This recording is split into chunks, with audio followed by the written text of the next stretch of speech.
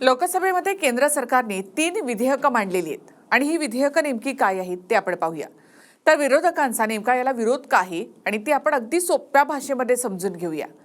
घटना दुरुस्ती 131/2026 विधेयक याद्वारे लोकसभेची सदस्य संख्या सध्याच्या 543 वरून 850 पर्यंत वाढवण्याचा प्रयत्न आहे। आता दुसरं विधेयक आहे परिसीमन विधेयक 2026 म्हणजे मतदारसंघ पुनर्रचना विधेयक आणि तिसरं विधेयक आहे जम्मू काश्मीर पुदुच्चेरी केंद्रशासित प्रदेश कायदे सुधारणा 2026।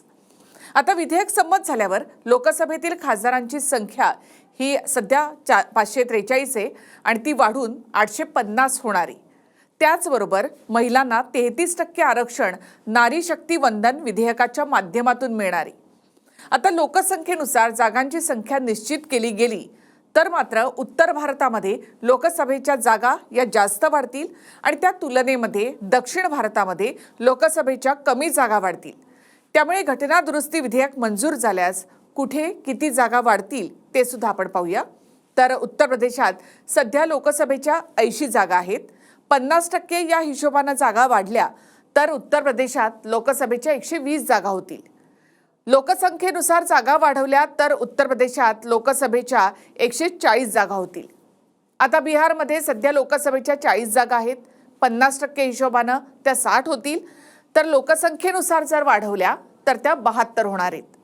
आता आपल्या महाराष्ट्राचं बघूया तर लोकसभेमध्ये महाराष्ट्रातल्या 48 जागा आहेत। 50% हिशोबाने या जागा वाढवल्या तर एकूण 72 जागा आणि लोकसंख्येनुसार एकूण 78 जागा होतील। हेच आपण तामिळनाडूमध्ये पाहूयात। तामिळनाडूमध्ये सध्या लोकसभेच्या 39 जागा आहेत आणि 50% या हिशोबाने 59 जागा आणि लोकसंख्येनुसार केवळ 50 जागा होतात। केरळमध्ये सध्या लोकसभेच्या 20 जागा आहेत आणि 50%च्या हिशोबाने 30 जागा होतात। मात्र लोकसंख्या कमी आहे त्यामुळे लोकसंख्येनुसार 23 जागा या ठिकाणी होतील। म्हणजे दक्षिण भारतापेक्षा उत्तर भारताची लोकसंख्या जास्त आहे। उत्तर भारत देशाचा पंतप्रधान ठरवेल त्यामुळे उत्तर भारतामध्ये जास्त जागा वाढतील। हिंदी पट्ट्यामध्ये भाजपची ताकद जास्त आहे आणि त्यामुळे भाजपला आणि सत्ताधाऱ्यांना त्याचा सगळ्यात जास्त फायदा होणार आहे आणि यामध्ये सर्वांना समान न्याय मिळेल। आमचा हेतू स्वच्छ आहे असं मोदी आणि शहा कितीही म्हणत असले तरी विरोधकांचा मात्र त्यावर विश्वास नाही। लोकसभेमध्ये घटना दुरुस्ती विधेयक मंजूर होण्यासाठी 360 मतांची आवश्यकता आहे। एनडीएकडे सध्या सदस्य संख्या आहे 293। राज्यसभेमध्ये बिल मंजूर होण्यासाठी 163 मतांची आवश्यकता आहे। एनडीएकडे राज्यसभेमध्ये केवळ 134 एवढं संख्याबळ आहे।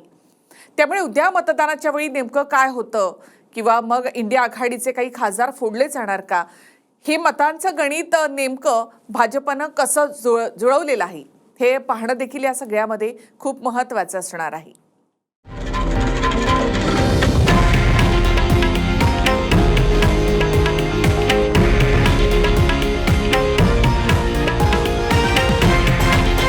हे आहे देशातील नंबर 1 न्यूज नेटवर्क आणि आपण पाहत आहात TV9 मराठी, एकमेव।